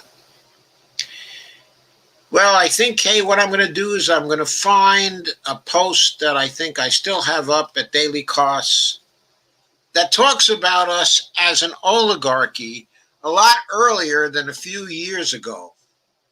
Carmen says, I don't understand how they still get paid when they take off for so many weeks, for so many times, especially during the COVID crisis. Because when they take off, they're not taking off. They're just leaving Washington. They're going back home and they're doing political work and they're doing constituency service work and they're meeting with constituents. They have offices in their home districts, not just offices in D.C. Yeah, they're taking off from legislative work in the Congress with other Congress people, but they're not taking off. So much of their jobs is about fundraising. You want to change their jobs? Get money out of politics. I just had a live stream on that. Remember that live stream? Get the money out of politics. They'll spend a lot more time on legislation then, believe me. Evelina says, Barbara Wernick, why is it all on her, though? She'll make mistakes, still green. You're right, of course, that she should know her constituency is behind her pushing. She's probably getting advice, some of it ill advice, on how to go forward from veterans. Yeah, I'm sure that's true. I'm sure that's true. No one's saying it's all on her. What we're saying is, when she makes mistakes, people have to express their view that she has made a mistake. If she's open-minded, that can only help her. She can learn from her mistakes, but she can't learn from her mistakes unless she hears about them and she recognizes them. Kay says, I agree, Carmen. Barbara Wernick said she's almost dead. Not being disrespectful, simple truth. There are many lawmakers who are beyond their time. Let the young take the lead. Evelina says, with performance anxiety like mine, I'll leave it to the extroverts. Kay says, laugh out loud. Laugh out loud. I hear you, Evelina Pont. Carmen says, thanks, Kay. It makes them just as bad as hair Fuhrer when it comes to the topic of COVID, their election, because they could have done something. No, the squad could not have done more than they did. They could not have done more than they did. They did what they could, including, when they were home, service to others in relation to COVID. Evelina says, veteran Congresswoman, hopefully not Pelosi, LOM? Oh, LOL, laugh out loud. Carmen says, I'm an introvert too, but I have no problem setting the crooked straight. My problem is the frequent migraines that rob me of my memory and intellect. Evelina says, Carmen Muniz was just thinking you might be an extrovert. I'll laugh out loud. Carmen says, Evelina, I wish. However, I will speak up in a jiffy. It just doesn't last long because I'll burn out pretty quick. Carmen says, Debbie Dinglebells. Kay says, they tried to talk me into running for local office years ago in Southeast North Carolina, but I hate to argue, so not for me, laugh out loud. Carmen says, I love to argue. Carmen Muniz, laugh out loud. Carmen, good thing if nothing happens. It depends on either of us. Evelina says, Carmen Muniz really can't tell, laugh out loud. Barbara says, but Dems were complicit. Such dramatics. Stiller have nothing, laugh out loud. That's the Dems, people. They're playing that it's Mitch. It's the Dems. It's both, Barbara. It's both. It's Mitch, too. Mitch refused to take up the HEROES Act. He could have taken it to the floor of the Senate. He could have ripped it apart. He could have had his people come up with amendments that they wanted. He could have gone back and forth with the House on it all summer. And eventually they could have come to some compromise. So it was Mitch. And who put the money cannon into the CARES Act? It wasn't Pelosi. It was Mitch. He wrote it that way. He and Mnuchin planned it. They planned to have the money cannon in there. And it was their essential thing. They insisted on it. Kay said, I'd just like to smack them in the head, laugh out loud. Even when he says, me too, laugh out loud. Carmen says, I'll hold them down for you. Kay says, sounds good. Carmen says, folks are going to lose a whole $300 unemployment because of the latest standoff. Or maybe more than that. They might, if it happens for 2 weeks, they might lose $600. Evelina says, it's Mitch too, though. Evelina says, but Dr. Joe, I read that inside the COVID relief bill, there's plenty of money for more war, hybrid, okay, and otherwise. I don't know if it's inside the relief bill. The point is, the bill itself is not a relief bill. This is an omnibus bill. COVID relief is in this bill. Relief in terms of the health crisis itself, and relief also for the economy. But there's plenty of money for more war in here also, yes, in this omnibus funding bill. There's money for more defense, yes, defense spending. In other words, the appropriation, the $741 billion appropriation, wasn't enough for some of the members of Congress. They had to throw billions more in here. Carmen says, January 20th can't come fast enough. Barbara says, 600, fuck off, keep it, make the murderers happy. We'll die in drama for all the world to see. I don't know about you, Barbara, but I could use the $600. And Barney could use her $600 too.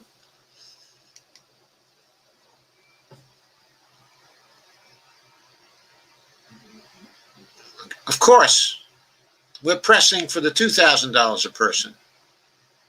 Monthly payments of $2,000 per person. Kay says, then we can at least bitch about a different president, Carmen, laugh out loud. You bet, we can start bitching about him now. There's enough to bitch on already. Evelina says, laugh out loud, Barbara. Carmen says, I already do that. I just want that orange fascist out. Kay says, I hear that. Kay and agree. Carmen says, wow, all the things I say about Cheeto, Tweedo, all alone too. I'm smarter than I think. Evelina says, haha, you're right. Nobody talks about Mr. Trump on this thread, except for Dr. Joe, who brings him up from time to time. Kay says, the whole GOP has to go ASAP. And Carmen says, we can never let our guard down with the tangerine tyrant still around. Hope the psychic Baba Yaga is right.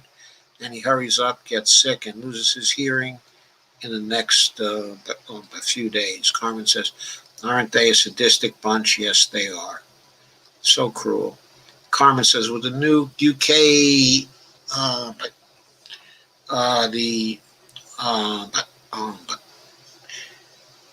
the COVID-19 mutation having come to Canada, they simply cannot throw the masses into the streets and expose them constantly in concentration in shelters and churches.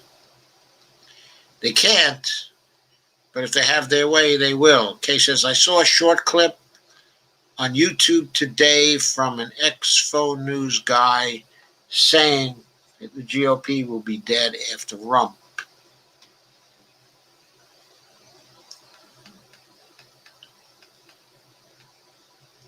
He said there may never be another GOP president. We could be so lucky. I guess I say we should be so lucky.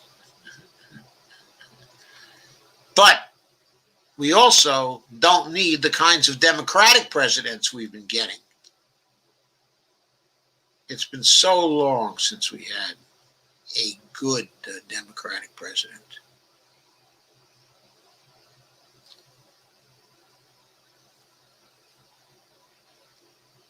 So long.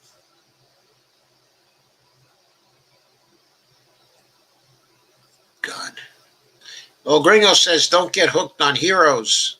Good advice, old gringo. Carmen says, is Dora one of AOC's constituents? No. Dora is, but Jimmy Dore lives in Los Angeles somewhere. I don't know who his congressperson is. It could be Jimmy Gomez, for all I know. My daughter's congressperson is Jimmy Gomez. And Kay says, Carmen Muniz, Dora is out of California, I think. Carmen says, okay, thank you. Evelina says, what does Evelina say? Evelina says, there's Rick Maynard. Rick Maynard's joined us. Hi, Rick. And I scrolled down too long again, and I went by. Carmen said, okay, thank you. Evelina said, didn't know AOC made that mistake of rationalizing like that instead of being brutally honest with Dora. Too bad. Kay says, love Jaya Powell. Yeah, I do too. And Carmen says, wasn't there an old school jingle, something about John Jacob Dingleberry Schmidt? I don't recall. There may have been. John Dingell was a great congressman, though. He was one of the greats in the whole history of the Congress. 56 years in the Congress. And Rick Maynard says, you have to assign staff to be responsible for X pages and report back. Yes. Kay says, I think so, Carmen Muniz. I can't remember his name, Joe. He was a black guy, though. The Economist. Could it have been Derek Hamilton, maybe? Yeah. Two things Derek is famous for. He is a specialist in the job guarantee. He does a very good job on the job guarantee. And he's also the guy who proposed the baby bonds. Baby bonds for black people. Okay, good idea. There's Derek Hamilton and Sandy Darity, two different people. They're collaborators, though, and they've co-authored things in the past.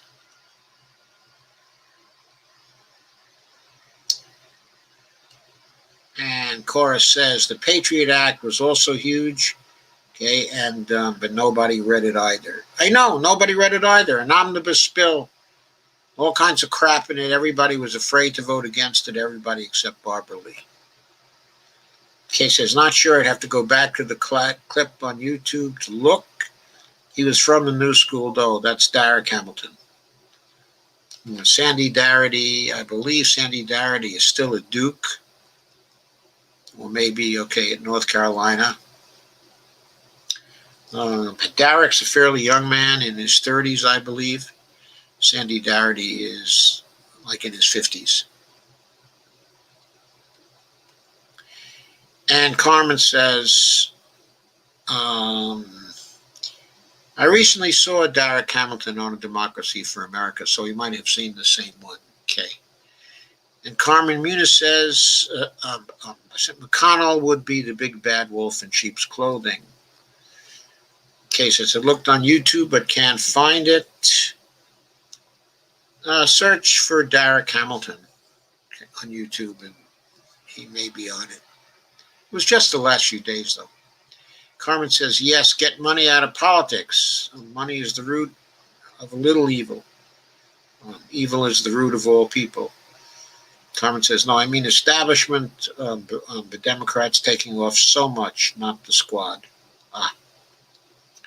Carmen says, all people correction.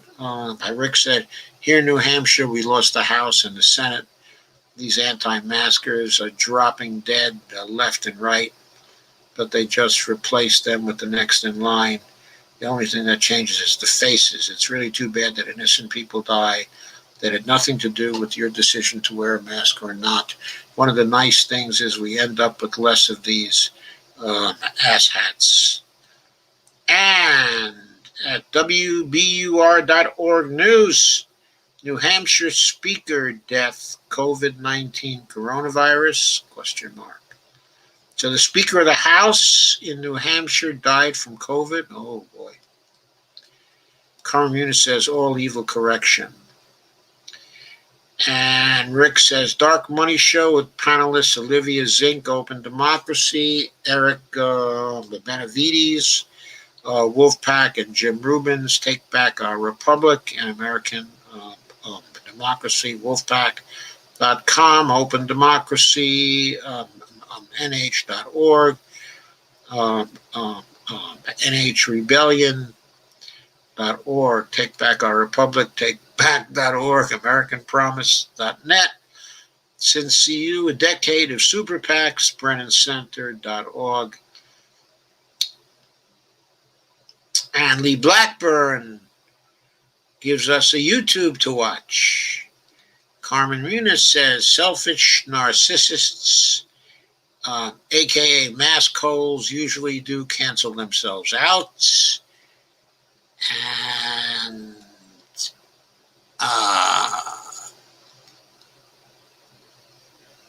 And Kay says, wonder where Steve Wolfbrandt is tonight. I wonder too. And Rick Maynard said, yeep, and Tyson James can join the rest of those assets 6 feet under. And Cora Emanuel says, I don't see the GOP going anywhere. New York State has been turning quite red since 2008. Also, New York City is losing population since 2010. But where's the population been going, Cora? If it's been going into suburban New York State, then it's doubtful they're losing Democrats. Sorry. Carmen Muniz says, getting sleepy, it's the cold snap.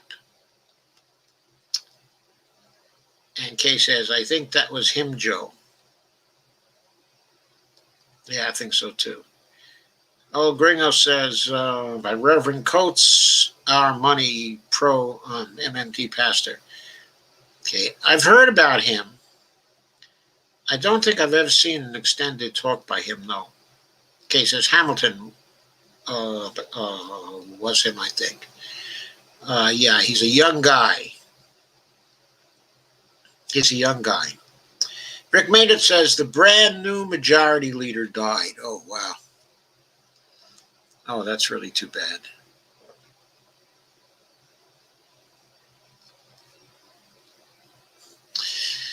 So, folks, I've caught up to your comments. I think I'm about done for the night. I will next be back on Tuesday. I'll have some short takes. I'll probably have some more on Replace Pelosi between now, okay, and then Independent Left is here. I made it back live. Hello, Independent Left. Who says, hi, Dr. Joe. No need to call me doctor. There are lots of people who do it, but no need at all to call me doctor. Just call me Joe. Wishing you well. Good to see you, sir. Wishing you well, too, Independent Left. Please don't call me sir. I'm Joe. I have the PhD on my Twitter handle because I used to do knowledge management consulting. And in that field, I felt it was beneficial to say that I was a PhD. Because there were a lot of pretenders in that field who didn't have the first idea of what the hell was going on. So, and Kay says, thank you all for a great discussion. We love you all. We love you, Kay. And thank you all for coming. Carmen says, 170,042 new COVID cases in Florida the last 2 days. That can't be. It must be 17,000, right? 140 died. Guys, stay away. Yeah, I'm really going to stay away from Florida. California's having a real bad time too now. Though I was taking a look at the reproduction rates, okay, of the virus today, and I found, by the way, that many more of the states than a few weeks ago have rates, okay, of reproduction of the virus falling under 1 now, which suggests that maybe the states are beginning to bring the pandemic under control again for a while. Like 2 weeks ago, that was not the case. In other words, there was a time 2 weeks ago when almost all the states had a reproduction rate of over 1. Oops, one too many zeros. Hey, Joe, where you going with that economics book in my hand?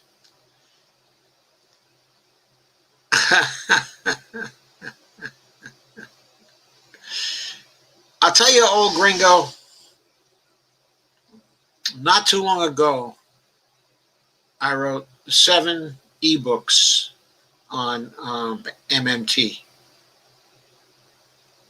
So right now, what I do with economics books is that I write them. I've taken to writing them, insofar as I'm still writing books. I've written more books that I would call political economy books than books, okay, of any other kind.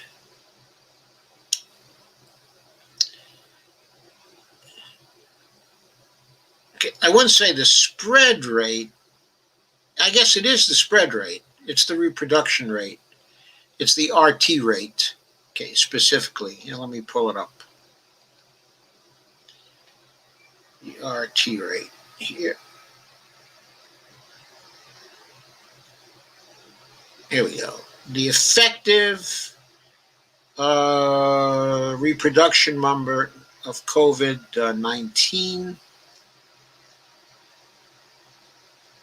Let's get the latest results.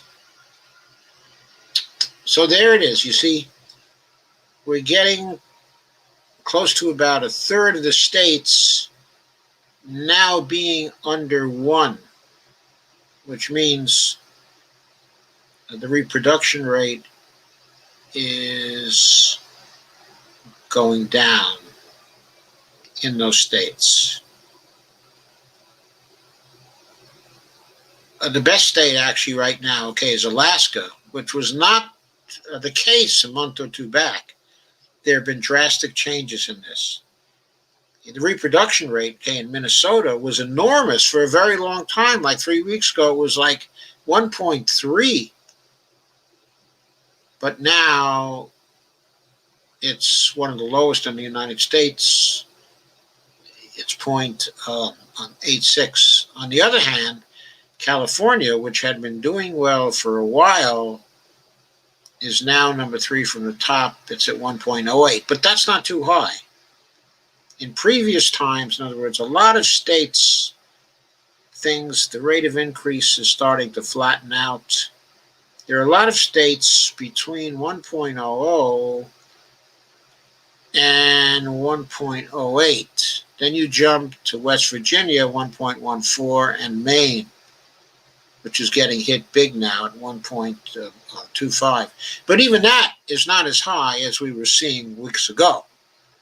So what we see weeks ago accounts for the spurs we've been getting in the case counts, okay, and the fatality rates, which have been going crazy. Like, for example, okay, according to the Worldometer site, okay, let's get the latest results here.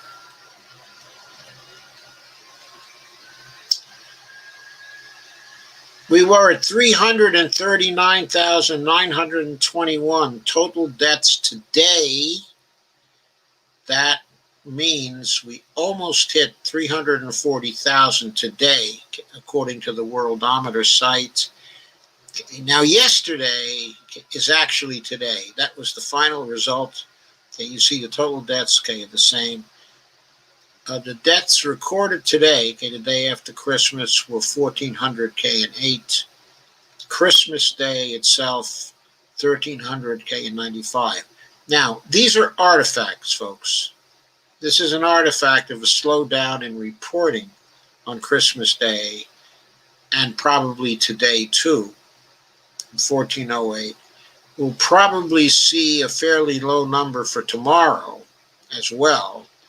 Then on Monday and Tuesday, you'll probably see explosions because the reporting will start to catch up. But the critical statistic of deaths per million for the U.S., 1,024 now.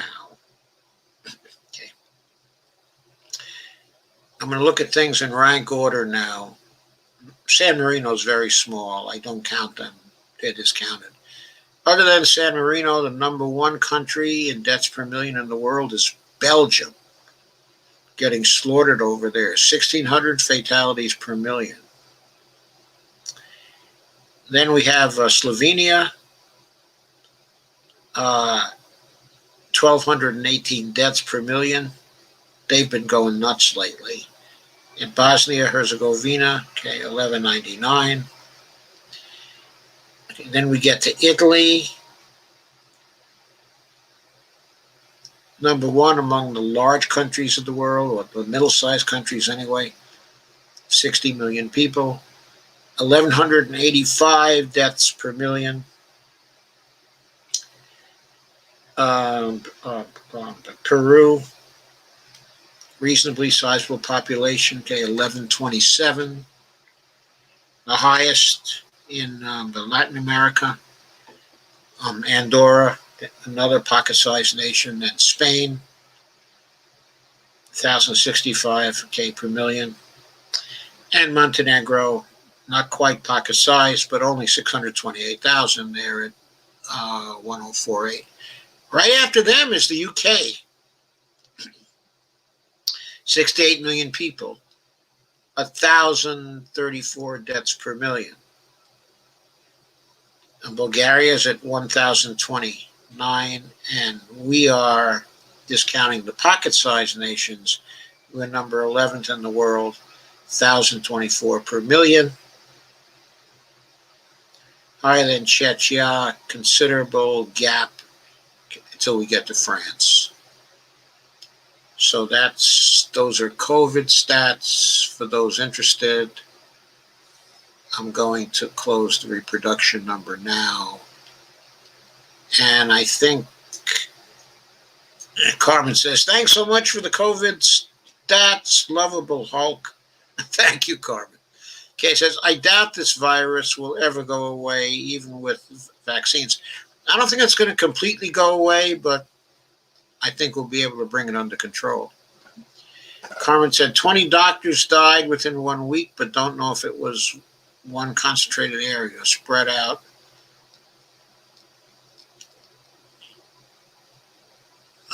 Old Gringo says, ebook writer sung to the tune of paperback writer. Carmen says, never got it straight if the cold helps or hinders the virus. The cold hinders the projectability of the virus, the cold, okay, and the wet, okay, so that it travels a shorter distance. But on the other hand, people have to stay inside. And if the virus gets on anything and they bring it inside, then it becomes very, very dangerous, and people are inside for much longer times and much more of the time during the winter. Okay, and then there are comorbidities that occur during the winter too that maybe are not there, okay, at other times of year, okay, as well. So all in all, the virus is more dangerous in cold weather than in the summertime. But the early speculation that it would go away in the summer, that was not at all true, as we found here. It would have gone much better for us if we had clamped down on it and brought it under control in the spring immediately. Then we might have had a summer free of it, and we might have been comparatively free. Now, some of the nations that clamped down on it and got control early have always had control. The fatalities per million in New Zealand, for example, have never wavered for months and months and months. 5 fatalities per million. To see how badly we've done, you have to look at places like New Zealand, Taiwan, South Korea, Vietnam. Look at their fatality rates per million. Then look at ours. Then you know how big a failure this country has been when it comes to controlling COVID-19. It's mutating, isn't it? Yes. Okay, it's mutating, in the UK, and evidently the mutation has reached Canada now. Carmen says, but do you get to choose which vaccine you get? Anyone know? I think that all depends on who's giving you your health care and how it comes. We have the Kaiser Permanente plan. We don't know what they're going to use here. We hope they use the Moderna vaccine. From all we've read, that seems to be the best one out there. It's also the most expensive. So I don't know if Kaiser will go for the most. No, it's not. No, I'm sorry, it's not the most expensive. Most expensive is Pfizer. I think the Moderna is cheaper than Pfizer. But it's still pretty expensive compared to, for example, the Oxford AstraZeneca regime, the vaccine, I should say. That's going to be cheap.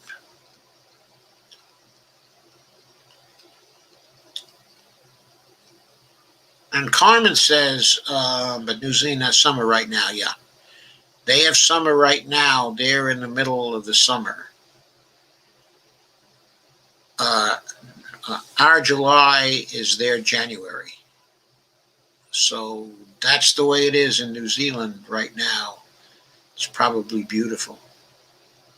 But, of course, they've been at 5 fatalities per million for months and months and months and months and months now.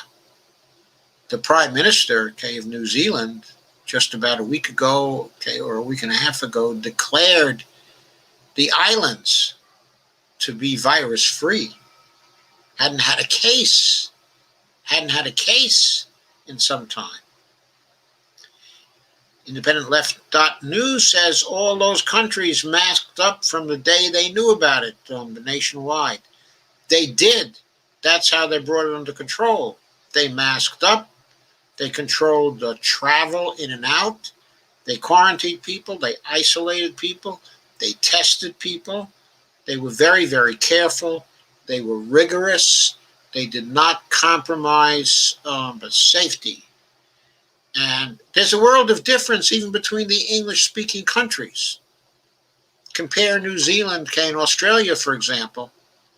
New Zealand, on fatalities per million, has been 7 times more effective than Australia. On the other hand, Australia only has 35 fatalities per million. And we have, I said, 1,024 fatalities per million.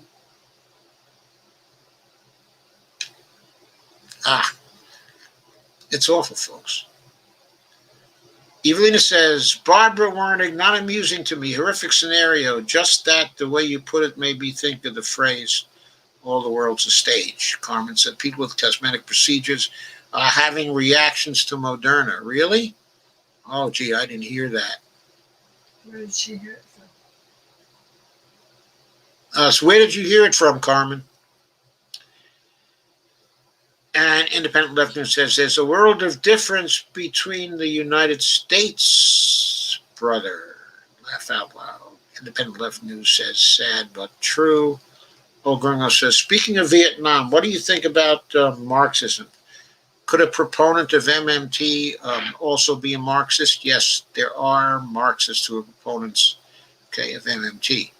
One of the people who are Marxists, okay, and MMTers, okay, is someone by the name, okay, of Peter Cooper from Australia,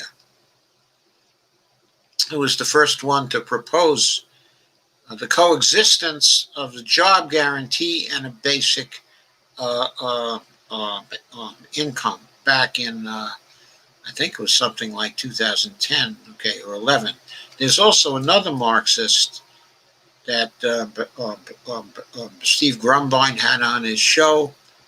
I forget his name, but he's had a number of columns subscribing to MMT, basically, and integrating MMT into Marxism. So, yes. What do you think about Marxism? Okay, could a proponent of MMT also be a Marxist? Yes, very possible, old gringo. And Carmen says Asian countries already wore masks because of pollution, from what I understand. Some Asian countries. I don't think Taiwan ever had a pollution problem, but they wore masks there because I think they recently had, it was one of the pandemics. Oh, it was the earlier SARS the pandemic. They had some cases in Taiwan, and they learned from those cases. So Taiwan, just to quote you, they have 24 million people in Taiwan. Population-wise, that's a fairly sizable country. Guess how many deaths per million they have? 0.3 of a fatality per million. 0.3 of one fatality. If we had their fatality rate, we would have lost only 100 people to the coronavirus. So to my mind, Donald J. Trump is responsible with his mismanagement for the deaths of 340,000 Americans. That is what I truly believe. The Independent Left said, New Jersey, where I am, has had a mask mandate since March. Yeah, New Jersey was taking it on the chin back then, and they've taken it on the chin also since then as well, because in spite of the mandate, I don't think everybody's wearing a mask in New Jersey, are they? Carmen says, several various news articles on Smartness app. Yep. Independent Left says, one in Florida, they didn't put a mandate in place until way later. Independent Left News says Dr. Richard Wolff. No, Richard Wolff is a Marxist, but he is not an MMTer. He's not a macroeconomist.